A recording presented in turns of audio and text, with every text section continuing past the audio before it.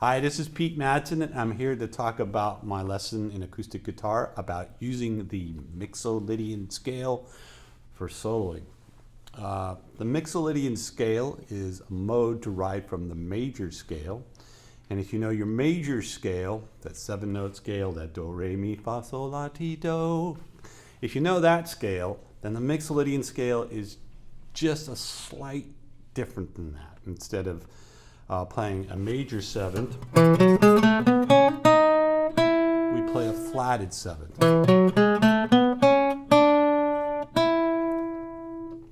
The Mixolydian scale works really well for playing over dominant 7th chords. And if you play jazz, blues, or rock and roll, you're probably using a fair amount of dominant 7th chords. I play a lot of blues, and blues uses a lot of dominant 7th chords. So what I'm going to do in this weekly workout is talk about the Mixolydian scale in the context of the key of E.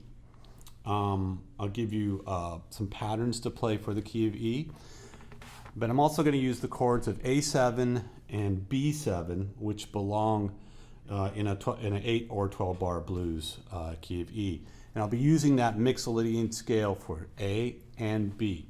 You'll see as we go through this, if you're used to using pentatonic scales, you can play that same pentatonic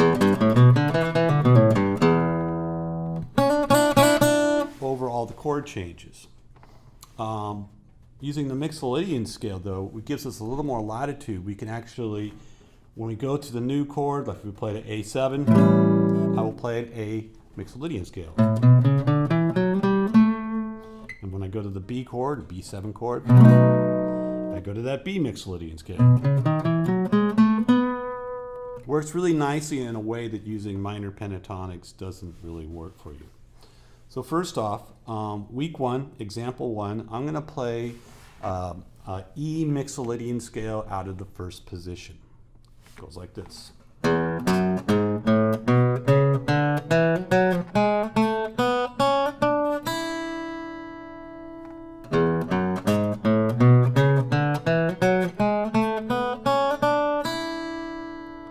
Okay, so that is a 7-note scale, 2 octaves. Here's the first octave. That's E to E, and then the second octave, that's E again.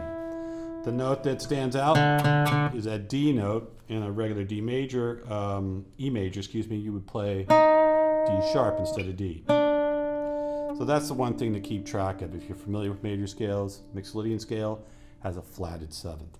Now, it's great to learn patterns, scale patterns, but I'm of the mind that I always like to transfer my scale information into lick or musical phrase information. So in example 1A, I'm going to play a lick derived from the scale I just showed you. Let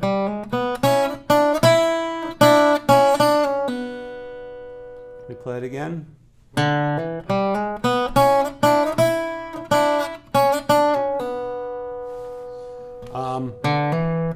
You can see that hammering on to that first note, hammer on into the second note, kind of looks a little bit like an E chord, right? Or an E7 chord.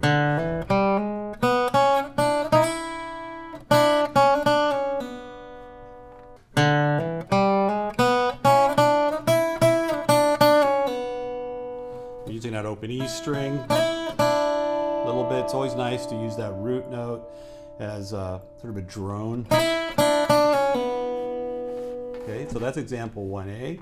Example 1B focuses more on the bass strings. So that again. Almost has a Johnny Cash kind of sound to it. Here's example 1C.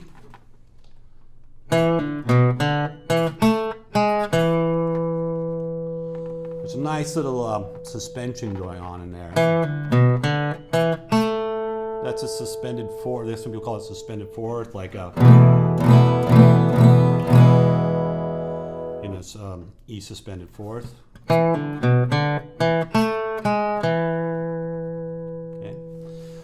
Now what I'd like to do is to create a background rhythm for myself to practice these licks against. In example 2, I'm going to give you a 2-bar rhythm. It's a nice slow paced rhythm. We're going to come back to this rhythm in week 4 and flesh it out with other chords. But for right now, it's just over the E7 chord. It sounds like this. 1, 2, 3, 4.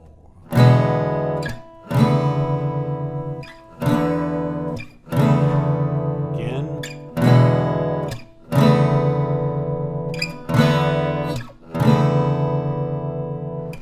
Oh, people always say this sounds like The Pusher by Steppenwolf.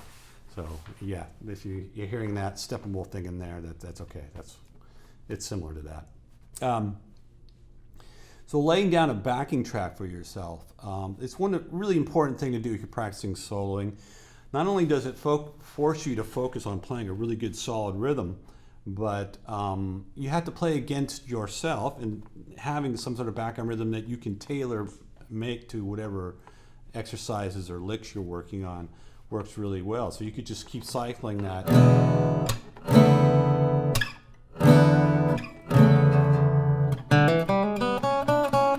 And play your licks on top of that. Okay, week 2. As I said before, the E Mixolydian scale is derived from the A major scale. It's based on the 5th degree of the A major scale. So example 3 is I'm just going to show you a basic 2-octave A major scale.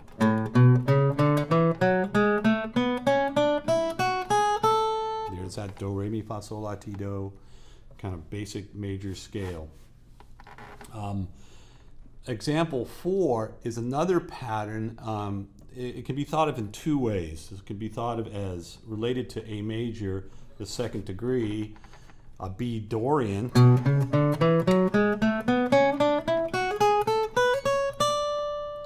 But I'm going to think about it in context of E, key of E, and it's really an E Mixolydian, using the same notes.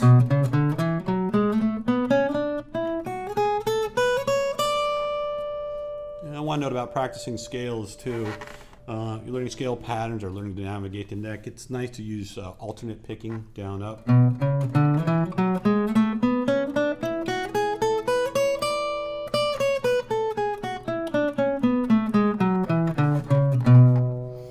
In example 4A, I just wanted to point out there's this sort of box-shaped pattern. I'm kind of getting away and thinking about scale degrees and simply thinking visually about what's going on in this pattern. I have notes at the 7th and 9th fret on each string.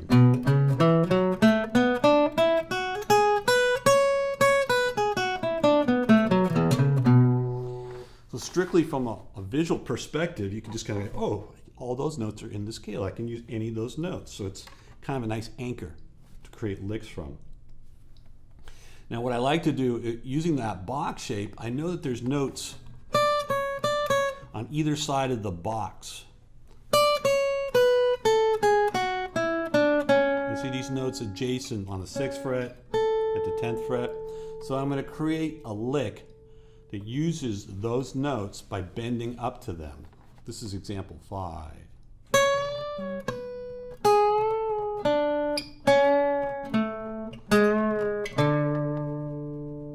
I play this note at the 9th fret on the 1st string. I bend up a half step, let it go to the 7th fret. Do the same thing on the 2nd string. End up on the 7th fret of the 3rd string. Go down to the 6th fret on the 3rd string. Down to the 6th fret on the 4th string. This has a nice kind of sinewy sound to it.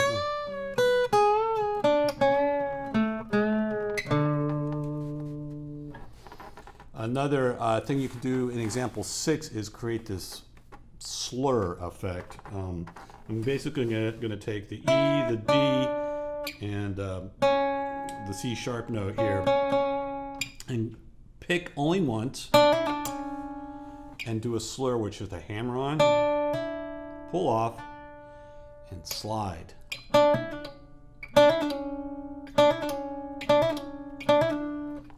Key is to anchor that first finger down, not lift it up.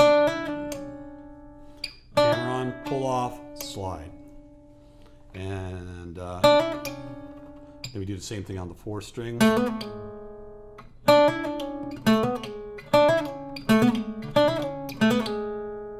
Okay. In example 7, I'm going to give you a series of double stops that use the 7th and 9th fret box that we talked about.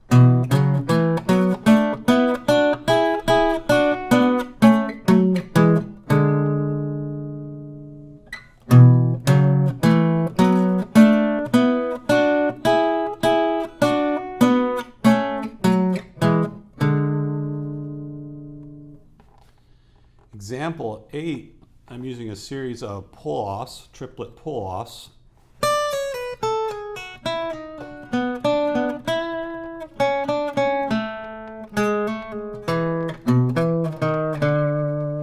And descending through that scale pattern. Let me do that again. 1, 2, 3, 4.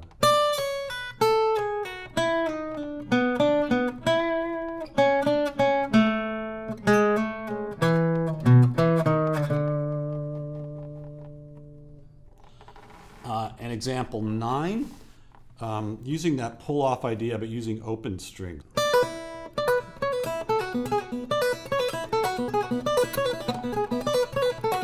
Very heavy metal.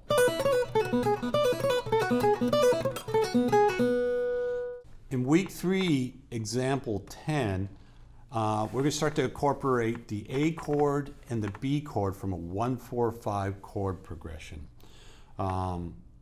We have an E7, an A7, and a B7 will be our chords. And in week 4, we'll see the rhythm that reflects those chord changes. But example 10 is just an A Mixolydian scale. So I'm starting on the 5th fret.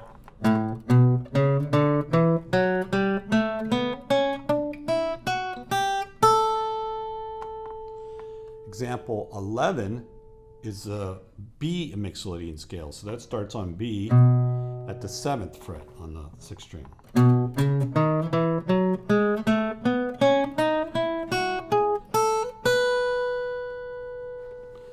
Example 12 is a lick, a musical phrase derived from the scale pattern from example 10, the A Mixolydian.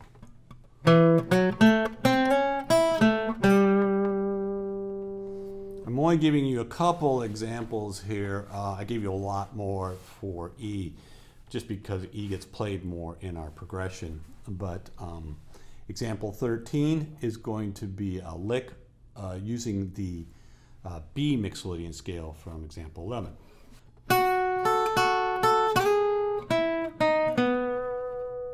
Do that again.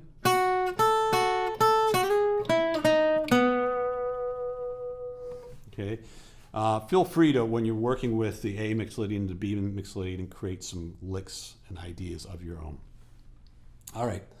Week 4, I'm going to use an 8-bar rhythm that uses E7, A7, and B7 chords. Sounds like this. 1, 2, 3, 4.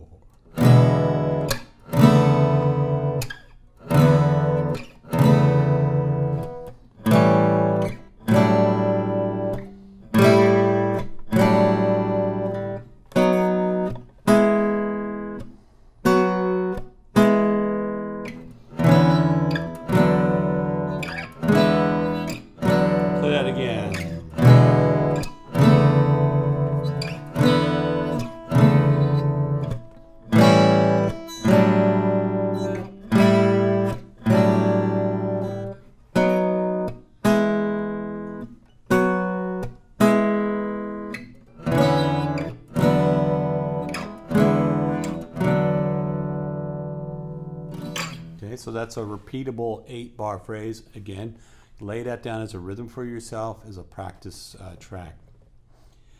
Example 15 is a solo that's meant to be played over that rhythm. The licks I built here are derived from the scale patterns I've given you. Let me play through the solo and then break it down.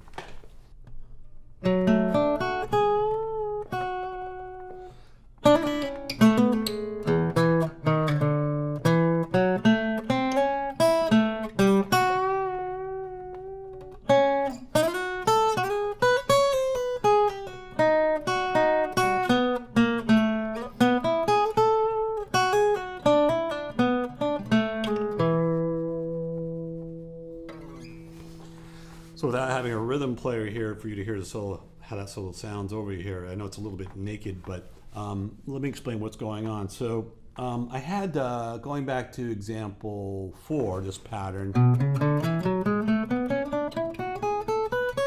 And remember we talked about the little box shape in between the 7th and 9th fret. Well, you can see that that first lick is based right out of that. And then from an earlier example, I think it was example 6, I had this hammer on, pull off, and slide.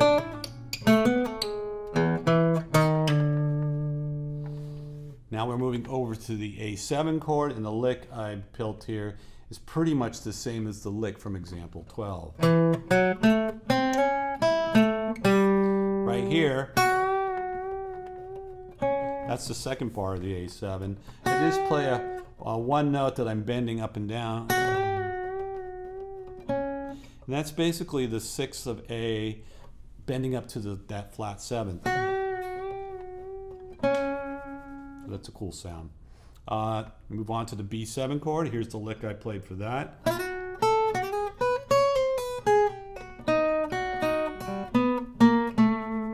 Now, I strayed from the scale a little bit there in the sense that I play this little chromatic run. We can always use passing notes played out of the scale to get to another scale note or a chord note.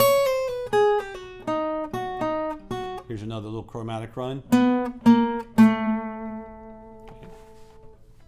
And we come back to E at the end.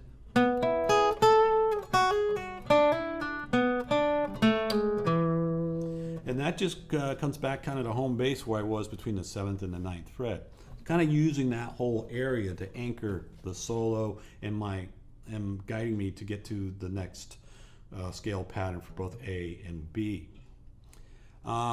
So, Mixolydian scale, a great tool to add to your toolbox for soloing over dominant 7th chords. I think it always helps to have a longer, especially if you're spending a long time on the chord. Like for instance, if we played a 12-bar blues in the key of E, you'd be play this rhythm for 4 bars instead of 2 bars. That'll give you a lot of freedom to really explore that Mixolydian scale and see how the tonality of that really fits in there. The Mixolydian scale has that flatted 7th in it. It also has the root, the major 3rd, and the 5th, which are right encompassed within a 7th chord. I didn't mention this earlier, but the rhythm also that I'm playing is based on Mixolydian scale. There's the 5th, the 6th, and the 7th. I'm harmonizing those scale tones in the rhythm I'm playing.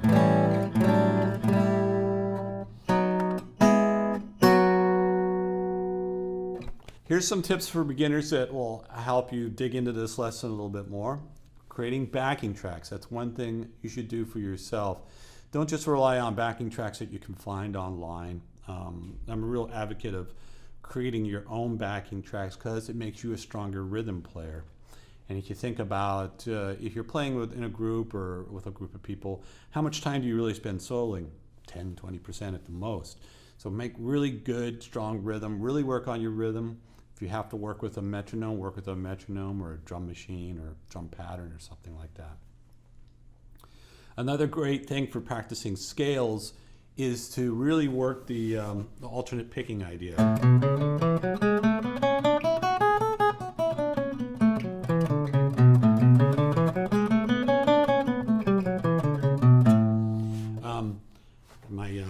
My old guitar teacher used to just drive me crazy with practicing my scales up and down the neck, but looking back on it in hindsight, it was good practice and really helped me a lot, and it made this second nature as I was moving along the fretboard.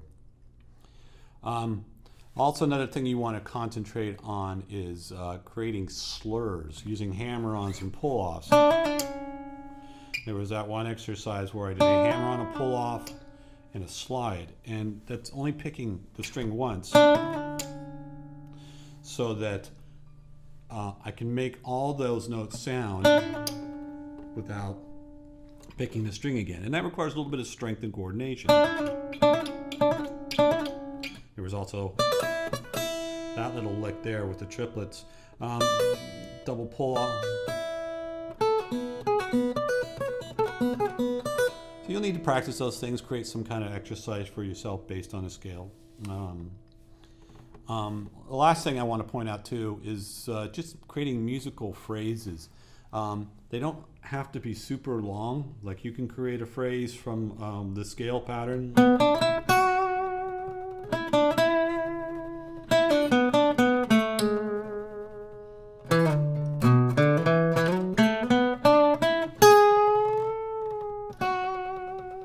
Think in little short spurts of notes to create phrases.